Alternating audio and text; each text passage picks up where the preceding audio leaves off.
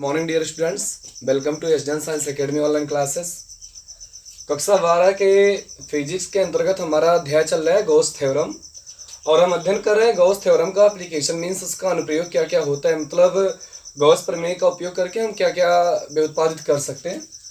तो वही टॉपिक हमारा एप्लीकेशन ऑफ गॉस थ्योरम, उसी के अंतर्गत आज का हमारा टॉपिक है अनंत विस्तार की समतल आवेशित अचालक चादर के निकट वैद्युत क्षेत्र की तीव्रता किस तरह से हम गॉस थ्योरम का उपयोग करके निकाल सकते हैं।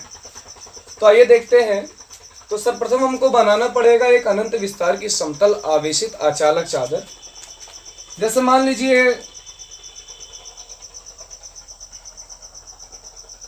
यह कोई चादर है जो कि अनंत विस्तार का है और ये अचालक है यानी इंसुलेटर है। ये धनावेशित है। धनावेश आप जानते हैं कि एक ऐसा चार्ज होता है जिससे इलेक्ट्रिक फील्ड बाहर की तरफ होती है।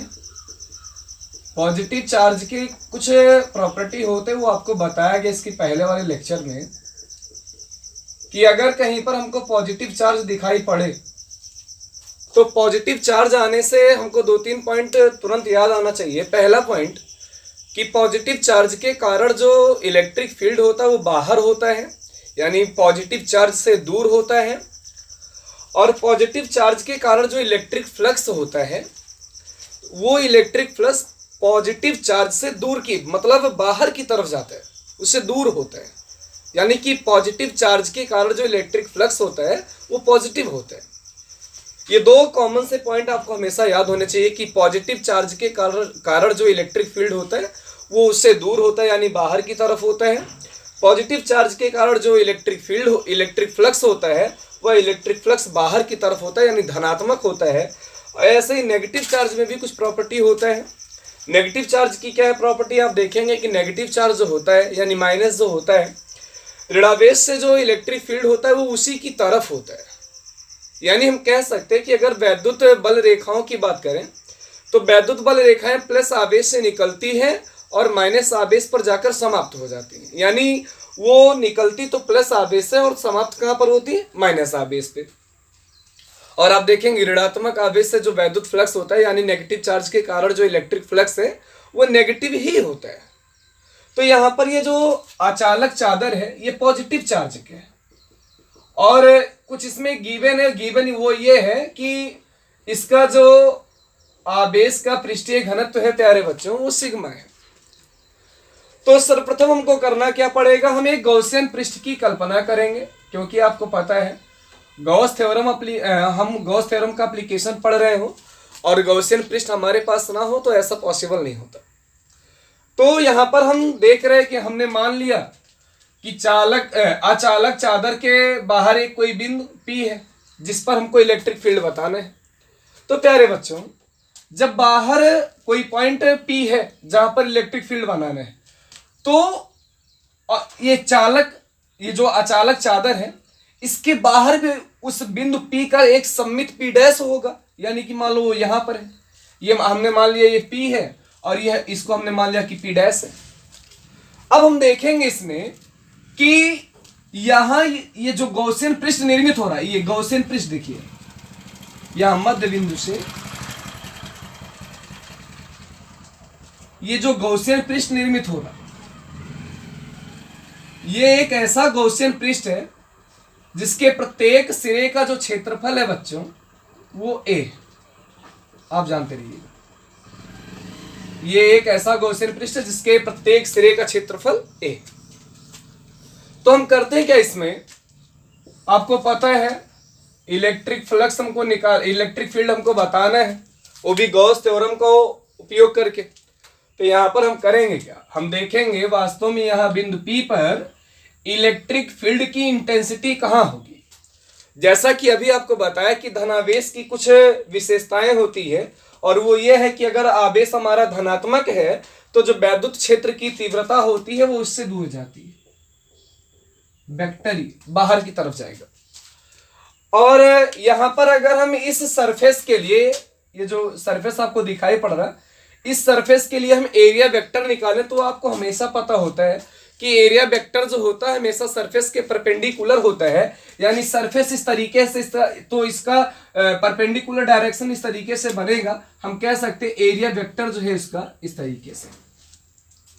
सेम कंडीशन हेयर अप्लाई होगा, यहां भी हम ऐसे लिखेंगे कि जो चार्ज होगा इलेक्ट्रिक फील्ड चार्ज के कारण बाहर की तरफ होगा, और जो एरिया वेक्टर होगा डेल्टा वेक्टर ए वो सरफेस के परपेंडिकुलर होगा।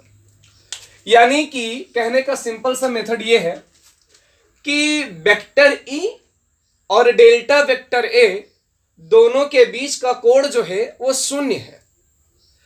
अब कोण हम यहां पर क्यों बता रहे हैं, आपको पता है कि इलेक्ट्रिक फ्लक्स का जो फार्मूला है phi E is equal to E delta A cos theta, जहां थीटा क्या है बच्चों, थीटा आप जानते हैं ई और डेल्टा ए के बीच का कोण है।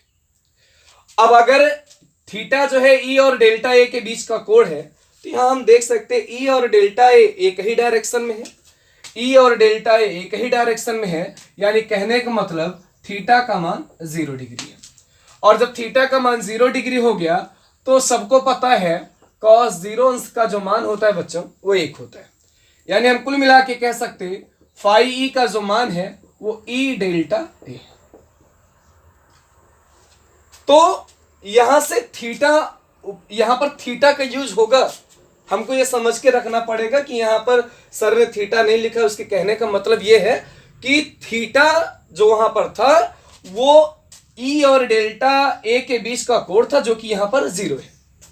आइए देखते हैं, सर्वप्रथम हम बिंदु P पर देखेंगे, तो जब बिंदु P पर देखेंगे तो हम लिखेंगे मीन्स जो फाई ई का मान होगा surface integral vector E into delta vector A. अच्छा एक चीज और देखो, ये तो पॉइंट P के लिए, एक और पॉइंट इसका सम्मित, इसका सिमेट्रिकल जो पॉइंट है वो P डैश है, तो यहां भी कितना होगा surface integral vector E delta vector A. कक्षा 11 में वेक्टर एनालिसिस का चैप्टर हमको पढ़ाया जाता है, जिसमें हमको बताया जाता है vector A into vector B is equal to A B cos theta, उसी का ये प्रारूप है। Vector A into vector B is equal to A B cos theta, इसी का प्रारूप है।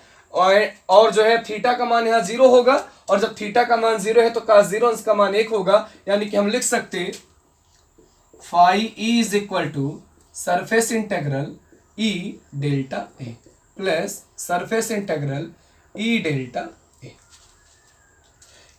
ई बाहर आता है कांस्टेंट होने के कारण, तो फाई ई बराबर ई surface integral delta A plus E surface integral delta A. अब आपको जो है शुरुआत में ही बताया गया कि इसके प्रत्येक सिरे का जो क्षेत्रफल है वो a है, तो जब प्रत्येक सिरे का क्षेत्रफल a है तो प्यारे बच्चों हम कह सकते हैं सरफेस इंटीग्रल डेल्टा a की जो वैल्यू होगी वो 1 होगी, a होगी। अब जब वो a हो गया तो हम लिख सकते हैं कि फाई ई जो होगा ई ए प्लस ई ए होगा, यानी कि कुल मिला के 2e होगा। ये फाई का वैल्यू आ गया, phi E is equal to 2e। अच्छा ये नेट इलेक्ट्रिक फ्लक्स निकल गया। अब कॉन्सेप्ट तो ये बनता है कि वास्तव में अगर इन दोनों पॉइंटों पर इतना था तो यहां पर कितना है, क्या इन वक्रीय पृष्ठों पर इलेक्ट्रिक फ्लक्स नहीं है जी? है। देखो कैसे, ये जो गॉसियन पृष्ठ का जो वक्रीय पृष्ठ है, वेक्टर जो ई होगा यानी इंटेंसिटी ऑफ इलेक्ट्रिक फील्ड वो तो बाहर की तरफ होगा, लेकिन आप जानते हैं कि जो एरिया वेक्टर का डायरेक्शन होता है वो हमेशा सरफेस के परपेंडिकुलर, तो इन सरफेसेस के लिए एरिया वेक्टर जो होगा ऐसे परपेंडिकुलर होगा, ऐसे पूरे जो पूरा वक्रीय पृष्ठ है उनके लिए जो एरिया वेक्टर होगा वो वेक्टर ई के परपेंडिकुलर होगा, यानी कि उनके बीच थीटा बराबर 90 डिग्री होगा। और जब थीटा बराबर 90 डिग्री हो गया बच्चों तो हमको पता है cos 90 degree is equal to 0, और जब cos 90 अंश का मान 0 हो गया तो हम कह सकते हैं कि फाई ई का वैल्यू भी 0 हो गया। तो कुल मिला के यहां पर आप देखोगे तो इनके बीच का कोण 90 होने के कारण इलेक्ट्रिक फ्लक्स नहीं मिल पाता है, तो हमारा जो नेट इलेक्ट्रिक फ्लक्स आता है वो फाई ई बराबर 2e आता है।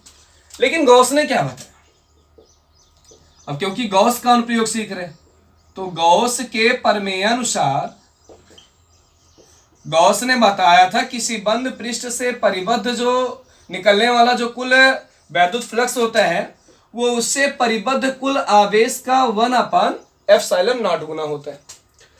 लेकिन यहां एक चीज आपको और ध्यान देना है कि इसका जो आवेश का पृष्ठीय घनत्व है बच्चों वो सिग्मा है।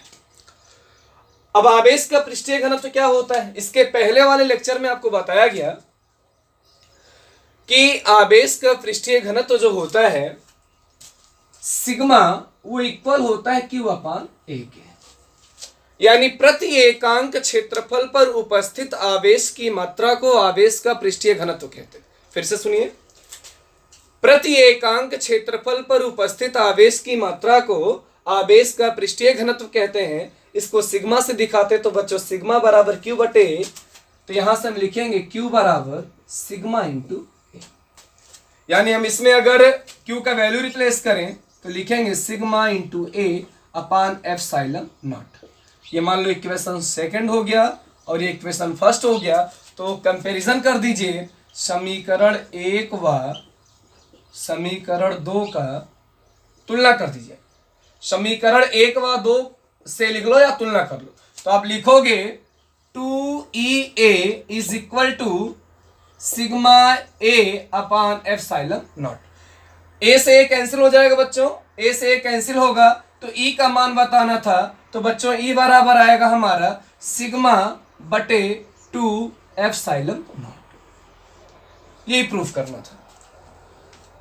ए से ए कैंसिल होगा तो ई का मान जो आएगा सिग्मा बटे 2ε0 आएगा। आप देख सकते हैं क्या इस फार्मूले में जो हमको मिला है आवेशित अचालक चादर के निकट वैद्युत क्षेत्र की तीव्रता E बराबर सिग्मा बटे 2ε0, क्या बताइए इसमें कहीं भी R है? इसमें कहीं भी R नहीं है। कहने का मतलब अगर ये यहां मध्य बिंदु से डिस्टेंस इसका R होता, मध्य बिंदु से डिस्टेंस अगर इसका R होता तो हम कह सकते कि आवेशित अचालक चादर के जो निकट इलेक्ट्रिक फील्ड होता है वो R पर डिपेंड नहीं करता, ये R पर डिपेंड नहीं करता। यानी कि जो अनंत विस्तार का समतल आवेशित अचालक चादर होगा उसके निकट प्रत्येक बिंदु पर इलेक्ट्रिक फील्ड का जो वैल्यू होगा वो बराबर होगा। क्यों? क्योंकि E का जो मान है वो R पर डिपेंड नहीं करता। कहां से पता चल रहा? यहां से पता चल रहा जो कि फार्मूला मिला है E बराबर सिग्मा अपान 2ε0, जहां सिग्मा क्या है? आवेश का पृष्ठीय घनत्व है। आप जानते हैं आवेश का पृष्ठीय घनत्व, इसके पहले वाले लेक्चर में आपको बताया गया था कि प्रति एकांक क्षेत्रफल पर उपस्थित आवेश की मात्रा को आवेश का पृष्ठीय घनत्व कहते हैं। तो ये हमारा था अनंत विस्तार की समतल आवेशित अचालक चादर के निकट वैद्युत क्षेत्र की तीव्रता। इसके बाद 2-3 एप्लीकेशन और है गॉस प्रमेय का, वो हम इसके बाद वाले लेक्चर में सीखेंगे। उम्मीद करते हैं ये वीडियो आपको समझ में आया होगा। धन्यवाद।